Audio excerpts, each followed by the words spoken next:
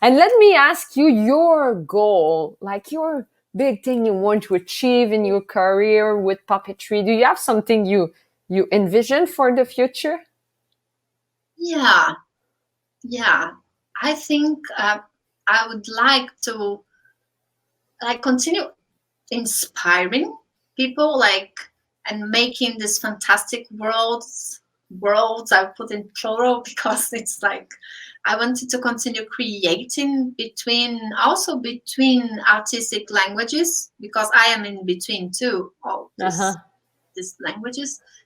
But I think my goal would be like to really, I am presenting to the entire world. I hope that we can be in presence, like presential again soon, at Mm-hmm. some point. But I would like to have my signature, and what I mean by that is something that is unique, and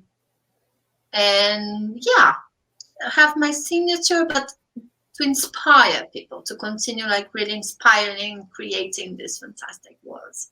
Wow, that's a really, yeah, it's an amazing goal. And I want to hear a bit of you. It's out of the script, but I want to hear this story about the Zoom. Like you teach actually some workshop online with Zoom about lambe lambe, and maybe to place lambe lambe for our people, our guests who are watching, like our spectator, auditor. I don't have how to put it here, but here it's my heart. I don't know if you can like. I would put it, Hey, yeah, like this. so this is my heart. As and you can see, it's huge.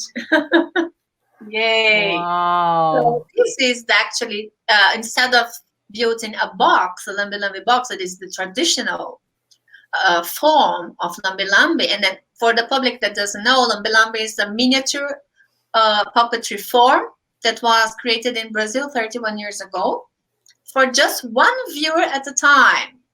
And then so I created and I carry it like really in front of me normally. So I have like this cap, and there is Titilu. Titilu is not here. He's there, but he's sleeping. Sorry, he's sleeping now. And then he performed too much, was tired. But then he goes like in the search of what can make his little heart beat again. So Hmm. he's the being that lives in my heart. And let me just stay there. Yeah. And then this is my brain. Oh, let me go closer. Yeah. I usually like this is I put in my hand. Yeah, so there is at one point he climbs to the brain, so there's a connection between the brain. Is he thinks like okay, and then this is a non-word performance. Uh-huh. But then he climbs and he goes like trying to fix because maybe it's in the brain the problem. And then he goes down. But the interesting thing about this is unique. Really, this is Yeah, is totally. unique, And and beautiful. It's really beautiful. from the inside, yeah. So it have like rooms. Just a moment, and So then I will put you full screen. You will have like the full, yeah. yeah. Wow. So then when I perform, I normally don't show all the things, and then here there's another thing. Here's like the drawer. So messages, there are things that go there, and here is the secret chamber. The secret chamber I cannot, uh, unfortunately, I cannot show in the screen. But the secret chamber, people go like, wow, yeah. Wow. There's literally a cosmos inside the secret chamber.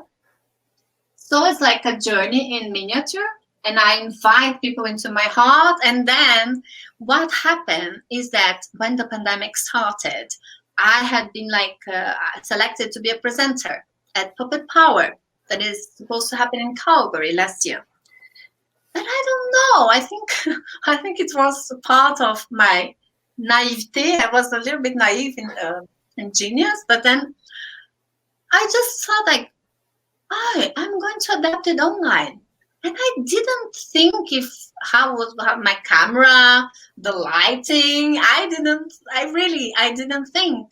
I just felt like I have to continue to present, because I was supposed to go to Bali, to China, and to a lot of countries presenting. And then suddenly, no, you have to stay at home. And I was like, what?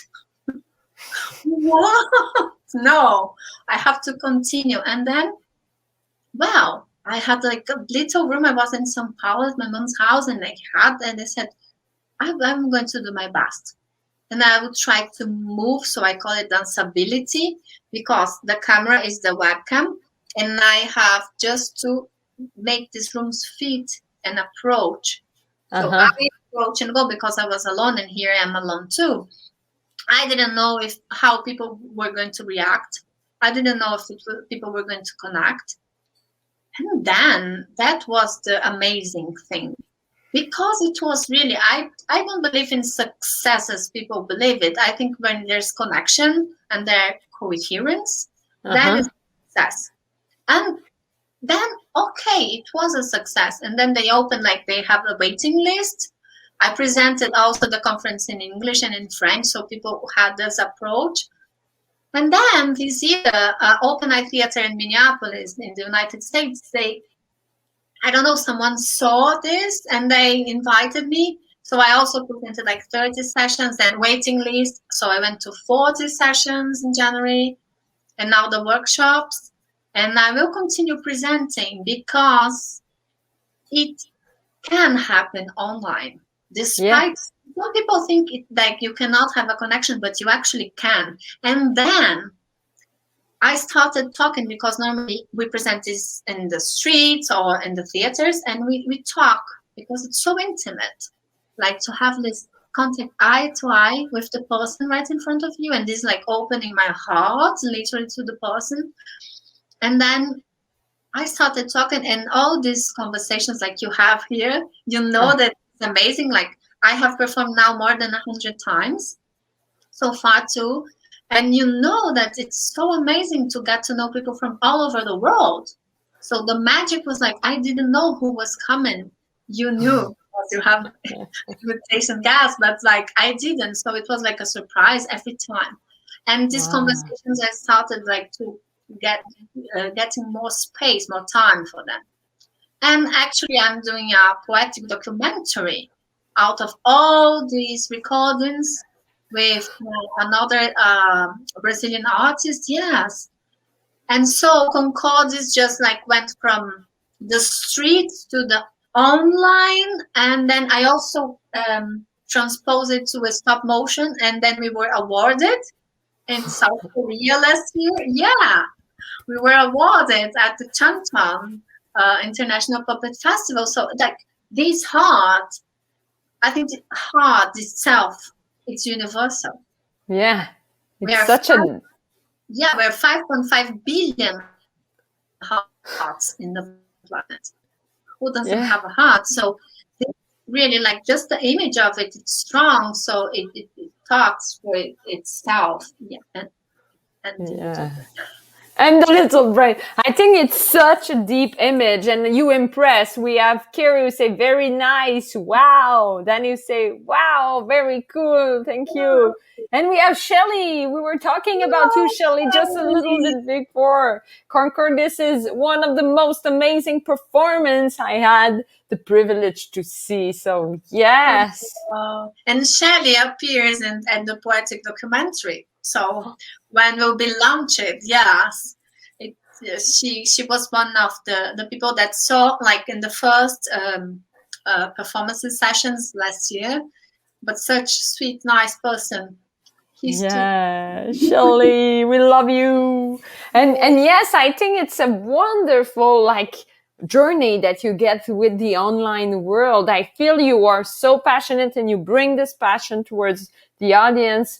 And connecting, it's really, as you said from the top, you were talking, it's not just entertainment, it's art and connection and ritual of presence. So I really get this wonderful deep artist philosophy that you have. It's so cool. Thank you. Yeah, I really live for it, and this passion, I think you also have this passion. You feel it like it's strong, it's big. You have to go for it, really, like, so. Yeah, but and during the pandemic, I also think that this heart was something that connected, because there were so many people that were like scared, alone, and so there was like really this kind of attention that come in one-on-one, and really inviting each person to approach and see, and having the time and the attention to talk to, like, one person at a time. I think this is also special. This is it's like a privilege. It's a privilege performance for the one who do it, for the audience who receive it. It's something really special and spiritual, I would say. I think the word that I heard it like most, like really all the time, is like, oh, this is such a gift. People say this is a gift. This is wow. A gift. Okay, but I had no idea. I created this heart. So the premiere was in Montreal too in 2019 in November, just before, like after the tour with Low Track in Paris. Then I went to Montreal. And then the launch was at La Miam. National de la Marionnette. And then the pandemic came. So you can believe, like, I presented like sometimes in the streets and also festivals, but not that much compared to Low Track. So I didn't know what to get from the audience. Everything was so fresh and new. And now I think more people are getting the hang of it, like how things work. And that's so interesting. So Nina, we are almost at the end. I want to know if you want to show us maybe another character that you have in the back to conclude. Here, this little girl, she will introduce herself. Lona Run.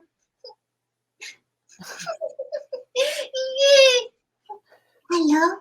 What's her name? Her name is Caroline. Hello, Caroline. Can I go now? Buck. Sorry, Naren. Get out of here. Hi. Hello. I'm Buck. I'm gonna call you here. Is it my turn already? Out. Yeah, I just wanted to say that I come from Shakespeare's Midsummer's Night's Dream, and I give workshops also. I'm a royal actor. Okay, thank you very much. Sorry for that. Yeah, and oh, you're pretty. Oh. Sorry for that. Thank you, Puck. That Shakespeare Puck is so cool. Thank you, Puck, to be part of the Puppet podcast. I really enjoy to have a Shakespeare character in the show. I love you, so pretty. Okay, come on. Bye. Yeah. Bye. Yeah. Naran, she's so sweet, and Puck is so like mischievous and stubborn. Yeah.